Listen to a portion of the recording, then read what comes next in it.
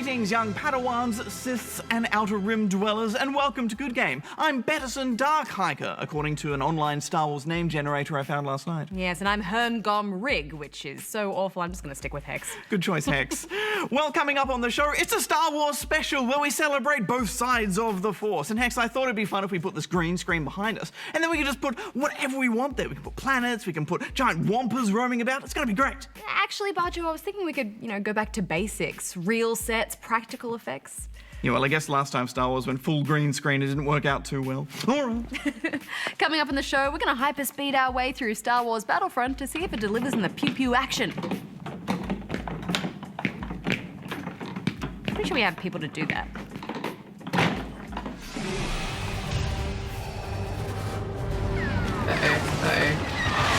Oh god. Ah! Oh man, this is intense, man.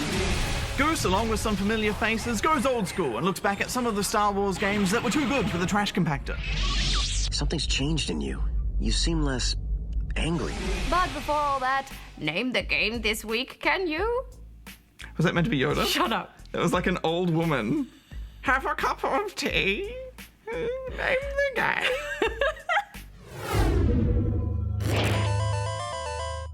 But first, hang on a sec, Hex. I feel a presence. A presence I've not felt since...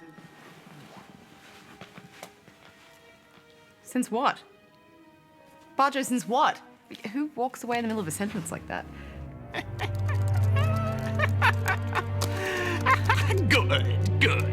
Feel the power of the dark side. Oh, sick hat, bro. The Old Republic is an MMO that came out in 2011, and I absolutely loved it. Close the blast doors. Punch it!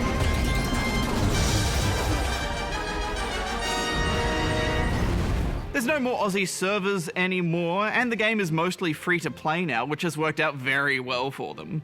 It's had two main expansions, Rise of the Hutt Cartel and The Shadow of Revan, and the third one has just been released, Knights of the Fallen Empire.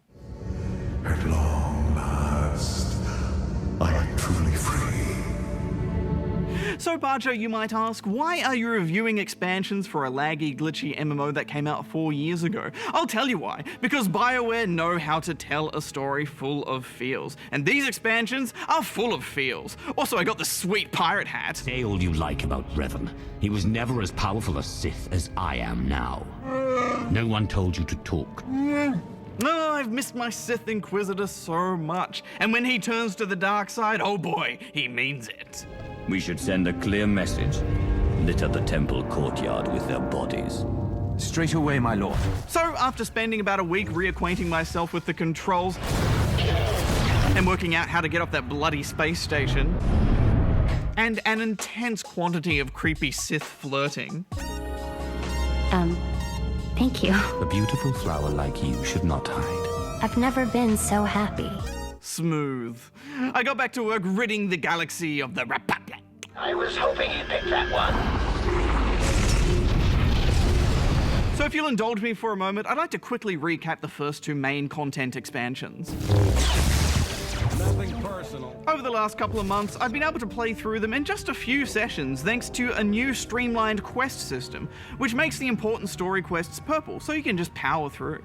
And that's really helpful because there is barely anyone playing this old content. I think I saw 3 people and killed 2 of them. And those deaths don't even matter because no one was watching.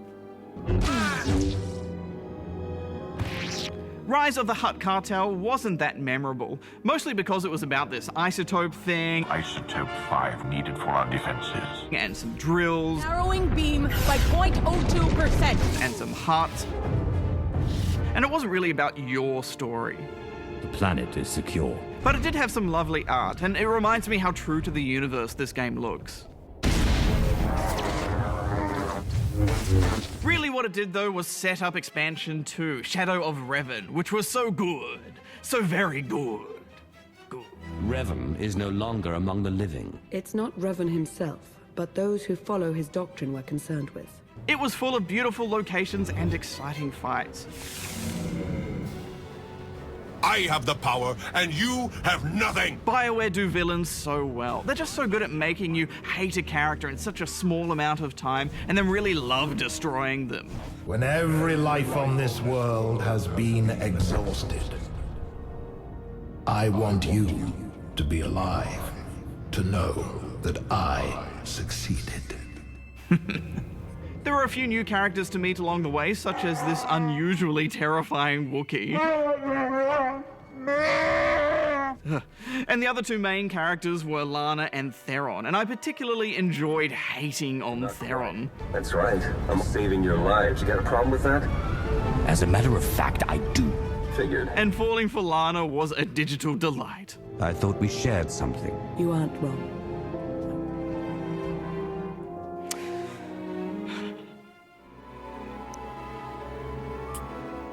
My Sith got the moves. I was actually really upset when Lana left me to go and climb the Sith ladder. Sith life.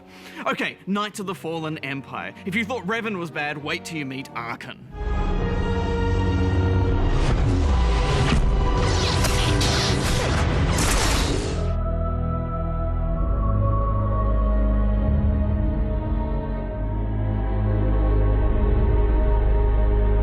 Come with me, son.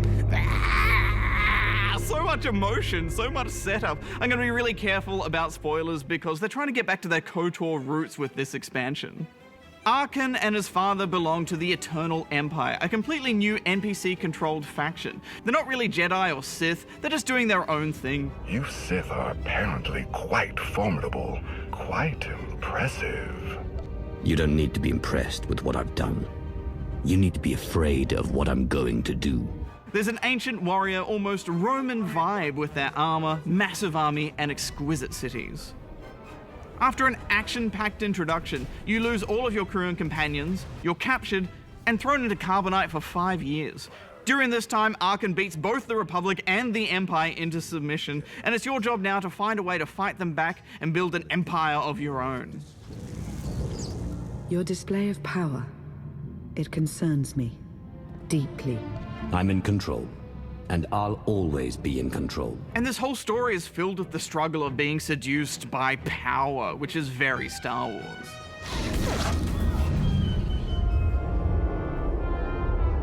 What is this? An opportunity. I could save her. I only require the briefest moment of control. The biggest change with this expansion is that they've thrown out the massively multiplayer element of this massively multiplayer online role-playing game. This is single-player content. You can't really play it with friends. It's also episodic. They've released 9 chapters with another 7 coming soon. Shall we investigate the technological object? It's an interesting direction for an aging MMO to take, and I think it's a good move because the Old Republic is the only MMO where I think story really matters, and that's mostly because you're in control of so much of it. And because it's streamlined single-player content, there's none of that grindy MMO stuff where you have to get 12 Womp-Rat husks for every second NPC you meet. And they've really upped their game with the choice consequence stuff too. So much so that this kind of felt more like a Telltale game. I'll never give in to you. Very well. With beautiful MMORPG fights woven through. NPCs, and especially your companions, will remember everything now. It's quite confronting, and it's a first for an MMO. I'm in this to win, no matter what the cost. And sooner or later, we're going to have a problem. Oh, and they really remember when you press number 3 on the keyboard, which is usually the evil option to wipe them out. I will do as you say, Master. My number 3 key has a lot of Republic blood on it. I don't like your attitude.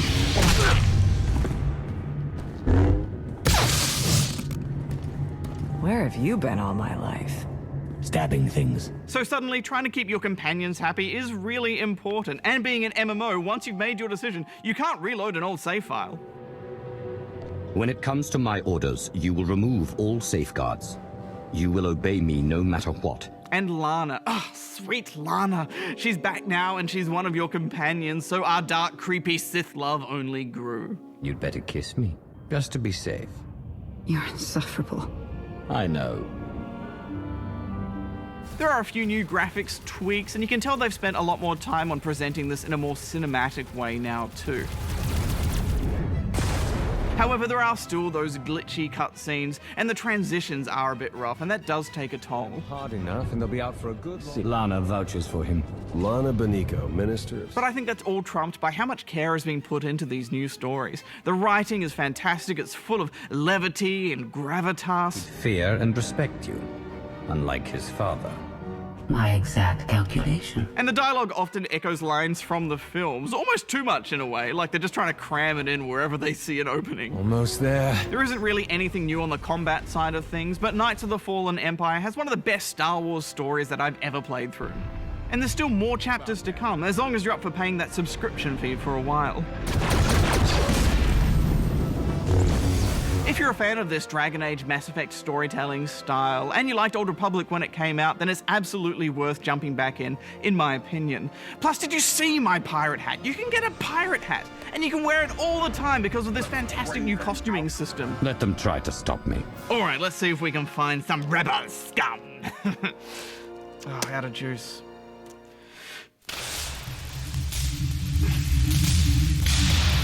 This is gonna take a while.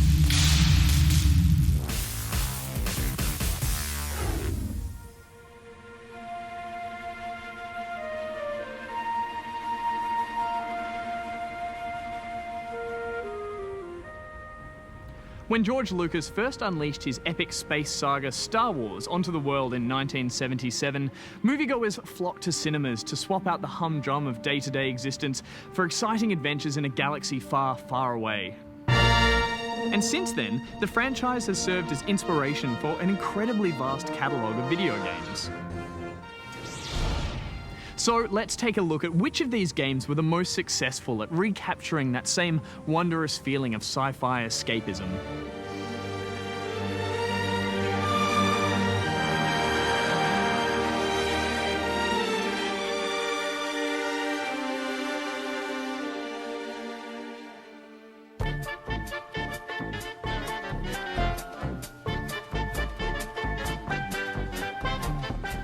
Now, unless you've been living in a cave on a desert planet in the galaxy's outer rim, you'd know that Star Wars is all about action and adventure. So let's start with it as the genre that's perhaps been the most prevalent. Red 5, I'm going in. Many early Star Wars games tried to replicate that uplifting and heroic action from the films. It wasn't until 1992 that the Super Star Wars series for the Super NES showed us what real action could look like.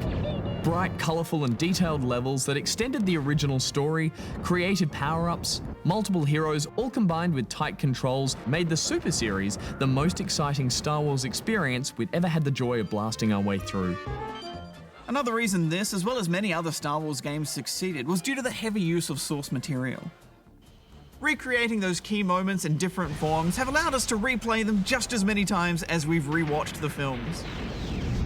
One of the most unique retellings was in 2005, when Traveller's Tales fulfilled our dreams by bringing our toys to life with the LEGO Star Wars series.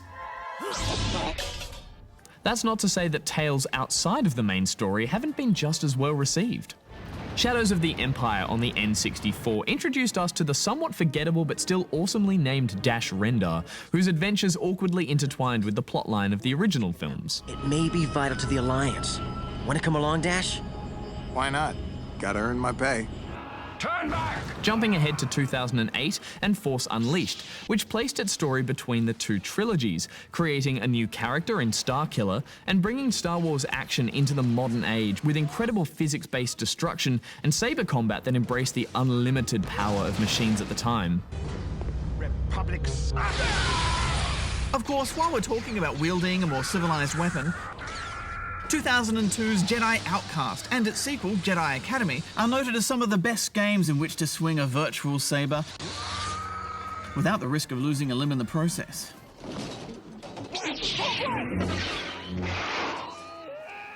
Must have been a boring conversation anyway. Worlds will tremble.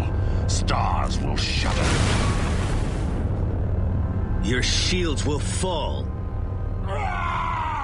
However, these titles were only ever refining gameplay first established back in '95, in a series that would forever change our perspective on how we experience Star Wars: Dark Forces. Get behind me! Get behind me!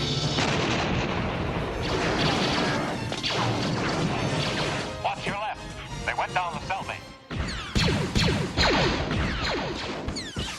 While there's never been a lack of blaster fire in the Star Wars galaxy, the genre of first-person shooters remains largely untapped.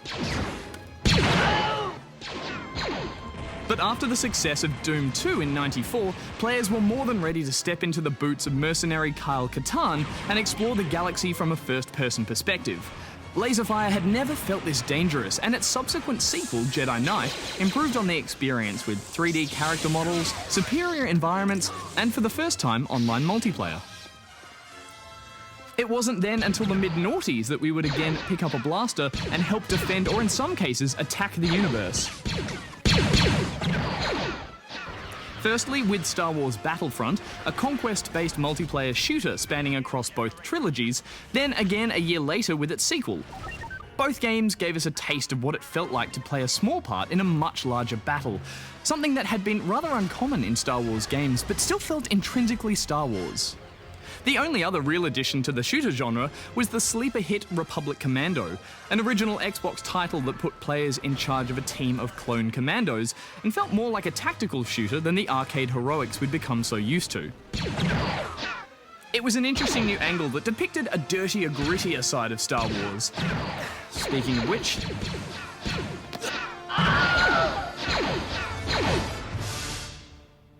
Ugh. Let's remember, Star Wars was a movie first, and like many video games based on movies, there's been a whole trash compactor full of terrible titles to fill the gaps between the good ones. Games like Yoda Stories, a Windows desktop adventure with procedurally generated levels, but no central plot or goal. Not much fun to play it was. Obi-Wan for the original Xbox turned the famed Jedi into a sluggish, pathetically underpowered Padawan, and the follow-up to Force Unleashed lacked any innovation whatsoever, feeling more like glorified DLC. Oh, I've got a bad feeling about this. Hex! Commander Hex, can you hear me? Hex, come in! Oh, where could she be? Hex! Hex! Hex! Hex! Oh! Sorry, Goose. Give me a second. Being the successful franchise that it was, Star Wars also found its way into all sorts of ill-fitting and embarrassing franchises as well. You win. Masters of Teräs Käsi was a Tekken-style fighter that lacked any punch. Star Wars Demolition thought a sci-fi destruction derby was a good idea. Super Bombad Racing was a kart racer that, while not the worst offender, did base most of its characters and levels on the infamous Phantom Menace film. I don't know which one. Hex, shut it down! This? And then there was Connect Star Wars, and, well, the less said about that, the better. Oh!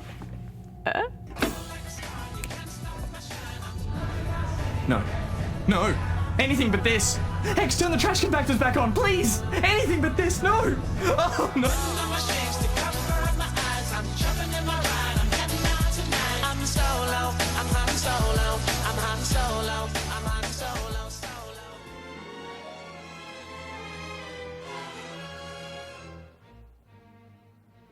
Hey, did I miss the briefing? No, as long as this space station isn't shielded or have any firepower, we'll be fine. The battle station is heavily shielded and carries a firepower greater than half the Starfleet. Another key feature of Star Wars that's universally adored is its vehicles, or more accurately, the starfighters. So what better genre to pull off a few maneuvers of our own than space combat? A small one-man fighter should be able to penetrate the outer defense.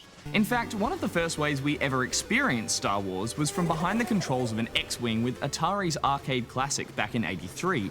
With its vector graphics closely matching the film's level of on-screen tech at the time, the game remains eerily ageless even to this day. Look, trust me. Further exploring the freedom that piloting a vehicle in zero gravity affords, the X-Wing and TIE Fighter series both gained critical acclaim for their technical achievements, while also nailing the tension and exhilaration many had craved since first seeing those iconic vehicles soar on the big screen. Red leader, incoming missile. However, when it comes to reliving those key conflicts from the comfort of a cockpit, the Rogue Squadron series successfully gave players a chance to dogfight their way through almost every battle in Star Wars history. Of course, other games explored less familiar corners of the galaxy, such as the prequel-based Starfighter and Jedi Starfighter games, along with the classic FMV adventures Rebel Assault 1 and 2. Let's take one more pass and get back to base. I hear you. Which gave 90s diehard fans the closest thing to a sequel before they would have to experience the dark times. The prequels. And while these prequels took a disastrous step back in time, some of the most immersive adventures we've ever had have been by role-playing our way back into ancient Star Wars history. Then man your ships, and may the Force be with you.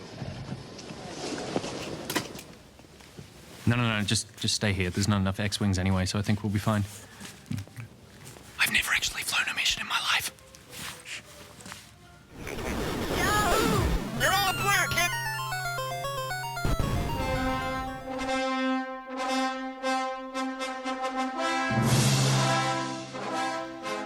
In a universe already full of exciting stories and complex lore, RPGs are perfectly suited to give players the chance to live out their ultimate Star Wars fantasy.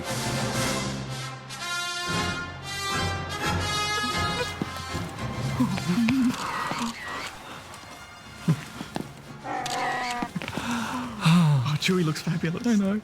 Often touted as one of the greatest games in the franchise's history, 2003's Knights of the Old Republic gave players the ability to personally discover a new chapter in the saga's history, memorable side characters, authentic feeling quests, and an ending that ranks as one of the greatest video game moments of all time. The KOTOR series would pave the way for future sci-fi RPGs. You will be known as the saviors of the Republic.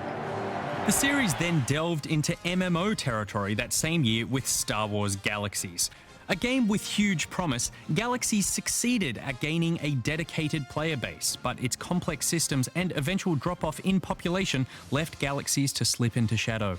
It was 2011's The Old Republic which finally delivered the online Star Wars experience that fans deserved.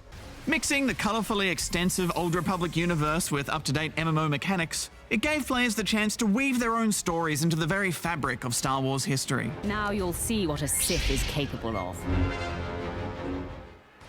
And while for many that's always been the ultimate goal, we still never want to let go of that dream of reliving our favourite moments from these classic films. To be one of the heroes, a farm boy who has to learn to master the Force. An expendable space pilot who just can't stay on target. A scruffy scoundrel who always shoots first. A villain who signs up with the bad guys because they've got cooler outfits. Should probably go. Or just boots on the ground as a galactic war rages on around us. And who knows, maybe that experience isn't as far, far away as we first thought. What? Like in the movie.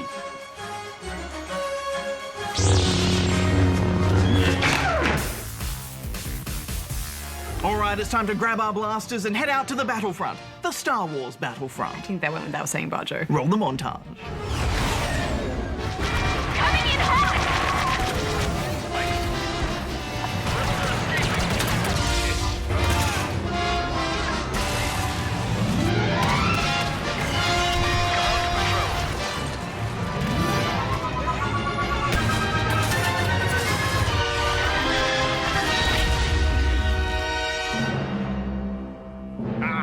Yes, from DICE, the developers of Battlefield, comes the highly anticipated reboot of the Battlefront series. And it's DICE doing what DICE does best, which is make large-scale multiplayer mayhem. There are a few activities you can partake in solo, but if it's an epic Star Wars story you're after, then this is not the game you're looking for. That's right, Hex, but even so, I do think this is the most authentic Star Wars experience ever put to code. And I have to say, the amount of Star Wars fantasies this ticked off my list is huge. The things I do for that princess. You know, the Battlefield series has those emergent battlefield moments, but Battlefront has those Star Wars moments, and in spades. Yeah, there's such an amazing attention to detail, isn't there? Rebel fighters approaching. Center your defense on our transport ships. The graphics and sound effects are spot on, and when that John Williams score swells up, at times it genuinely feels like you're right there in the movie. Well, I know you're probably frothing at the mouth to talk about how good this game looks, so graphics rant away. Oh, Hex. Oh, Hex, it looks so good. In fact, I think it's simply one of the best looking video games I've ever let my eyes absorb. I mean, just look at these rocks. Look at these spaceships. Oh, the forests. Oh, look at and the way things move and the beautifulness and the pew pews. The lasers so good. Oh, Hex, I just want to liquefy it and make a paste out of it and pour it into my eyes and smear it on my body and roll around in a naked and puddle of it. All right. I think your graphics right privileges have to be revoked for a while. But yes, it does look great. And it's so true to the art of the films, which I think is fantastic. Smear it all over. I especially like how good the character models look in third person in their battle-worn armor. Well, let's talk about what's available for the solo player. Well, Hex, you could say the Han Solo player. Okay, that's just your talking privileges in general have been revoked now. It's been a long year, I'm just about out of puns. Well, there are a handful of training missions which are actually quite fun. These run you through the basics while letting you experience things like doing a run through Beggar's Canyon, going on a speeder bike chase through Endor, and tow cabling AT-ATs on Hoth. Then there's battles, where you and an optional team of AI face off against another team of AI in a race to collect tokens people drop when you kill them, and first team to 100 points wins. Your superiors will be satisfied. I wasn't a huge fan of this mode, Hex, because it's on the smaller maps and there's no vehicles, and also it doesn't really create the spectacle of the other online modes. It's a bit more enjoyable in the hero battles mode, though. It's the same thing, but at least you get to play with the overpowered heroes or villains. Have some of this. And rounding out the solo experience is a pretty standard wave mode, where you have to fight round after increasingly difficult round. It's hardly inspired design, but it is definitely the strongest solo mode. All of these modes can also be played in co-op too. There's even split screen on console. It's always more entertaining bringing a friend along. Okay.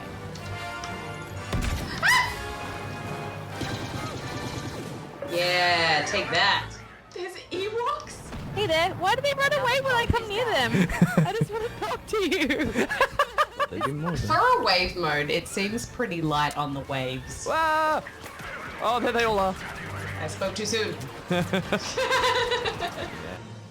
But that's enough about that. Let's get to the meat of it, the multiplayer. Yes, and there are quite a lot of modes, and my favorite is definitely Walker Assault.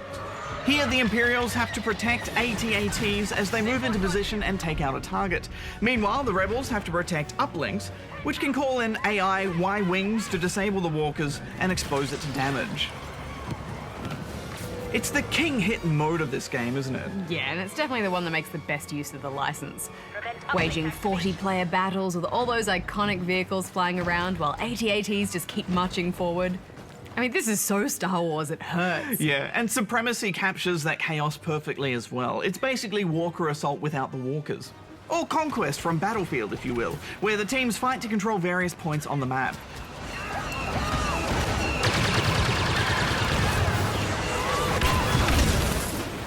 Now, I know a lot of old-school Battlefront fans were disappointed when it was announced there was going to be no space combat. But there is the Fighter Squadron mode, which is all about dogfighting. You'll just have to be content duking it out in the atmosphere. I'm still hopeful we'll see this expanded a bit and maybe get some space maps like an asteroid field, or maybe an objective-based mode like a Death Star trench run. They're probably working on that at the moment anyway as DLC. Yeah, well, fingers crossed, because right now it's a pretty simplistic team deathmatch affair. You all spawn in with a team of AI by your side and just shoot the heck out of each other. Outside of that, I did quite like the two hero-based modes. In Hero Hunt, for example, there's one hero who's the only one who can score points, while everyone else teams up to try and take them down. Whoever gets the kill gets the next go at being a hero. Darth Vader has been defeated. Yeah, it's basically Star Wars tag. It's messy fun though, and trying to get that last shot in on a hero always ends up stressing the heck out of me. Not to mention the stress when you know that hero has you in their sights. It's also a tad unfair, though, that the hero or the villain automatically cycles through the characters. So if you end up getting Boba Fett, then you can keep your distance and rack up loads of kills, while the Emperor's forced to get in close and be exposed. But like you said, it's messy fun. Likewise in the Heroes versus Villains mode, where you have two teams of 6 a side, with a mix of heroes and support soldiers. It's just a lot of awesome chaos having all these characters and abilities going toe-to-toe. Though I do find the ones who use lightsabers, their controls are a little bit awkward. Yeah, there's no real flow to their attack patterns. Let's talk about some of the more general aspects of the game. What did you think of the power-up system? The little icons that you pick up for power-ups and stuff. Yeah, I'm not sold on it. Basically, you'll find glowing icons floating around the maps which get you anything from a go on a vehicle, a special item, or a chance to become one of the heroes. Don't get in my way. I think once you learn where they generally spawn, it's not so bad, but at the start I rarely seemed to find them, or when I did, someone would swoop in and steal it in front of me. I want to go. You snooze, you lose, Hex. But yeah, it would have been awesome to have vehicles actually spawn and you could walk up to them and get in and take off. Yeah, it's not so cool doing this. No. Alpha Flight Group, where are you? But I get why they've done it. This way they can move the power-up spawns as the battles push through the map, which helps control where players should be and keeps everything a bit more dynamic in modes like Walk or Assault. I suppose that's fair. It just makes it feel a bit arcadey, I guess. And it ruins that illusion of being in the films for me, which the rest of the game builds so well. It's quite arcadey in general, but I don't think that's a bad thing. This is super easy to just pick up and play. You know, it's not as hardcore or punishing as your Battlefields and CODs. I never cared if I won or lost a match. It's just about being in the spectacle of it all and having fun. Yeah, I mean, I think that's a pro and a con. This is basically a sugar rush of Star Wars. You jump in, get a massive rush for a few hours, but then you kind of sit back and realise that there's not much more to do below the surface. Yeah, but what a surface! Surface of the year! Yeah, I just feel like there's not a lot here to keep people playing for very long. There's really only a very small selection of weapons to unlock, most of which feel quite similar and you can't modify them at all. And then there are only 12 maps, so you'll have seen them all pretty quickly. We've defeated Vader. I understand what you're saying, but I just don't agree. I think a lot of that is in the cards and the choices you make when you build your deck. And unlocking these, along with the weapons, gives you a lot to work towards. And I don't really need it to be any deeper than that. This is exactly what I was expecting. Tight shooting with a Star Wars veneer. But I was a bit disappointed that for a multiplayer-focused game, there was no built-in chat, though. You know, I can't just drop into a game and chat over VoIP with other people. I have to use some sort of third-party software. Yeah, I mean, it doesn't really bother me. I usually play online with friends. We use external programs. It's not a big deal. I wonder, though, do you want to be able to, like, rally with your teammates, or are you just wanting to yell Star Wars puns whenever you can? Oh, totally the puns. I need to be able to say, he came from behind, like 100 times each map. Even when they didn't come from behind, even if they came from the side, close enough. What was that? Move out, move out. Well, overall, I think the amount of enjoyment you get out of this game will directly rely on how long the sights and sounds of Star Wars will keep you entertained. Personally, I was looking for something a little bit more, so I'm giving it 3 stars. I think you just have to go into this knowing what you're gonna get, which is pure fan service and a bit of online fun. So on that, it really delivers. I'm giving it 4 stars. That's amazing. It's like my childhood dream house. This is like a tree house of happiness, and look at all these. Ah! You were saying? So, did you name the game for this week? It was Tetris.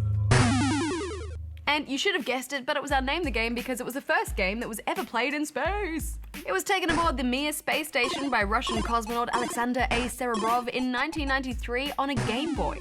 Next week on the show, what's the next best thing after Star Wars? The Lord of the Rings. No, it's sex. That's right, Good Game is doing a sex special on sex. Yes, as part of ABC2's week-long look at sex and porn, we're going to be looking at how intimacy is explored in games. You could be a 22-year-old human male who's always wanted to experience sex as a woman. A woman who happens to be a Blood Elf Warlock and 8,000 years old. After that, it's our Christmas special. Star Wars, sex, Christmas, what more could you want? Well, if you are looking for more gaming in your life, you can always check out Good Game Pocket with Nick Boy. They have brand new episodes every weekday on iView and YouTube. Adorable. Adorable. Until next time, may the Force be with you. Hex out. Live long and prosper. Bajo out. How dare you? Just keeping you on your toes. You had to choose between Star Wars and Star Trek. Like one of them just couldn't exist. What would you pick? Oh, no, don't make me choose. No, I can't choose. What about you? I feel like you would choose Star Trek. There's something about it that's a little bit schlocky, and I feel like it appeals to your nature. I do love their hilarious weird outfits. Sexy aliens and stuff. I like that everyone's wearing the same thing. It just takes a lot of the problems of my life away.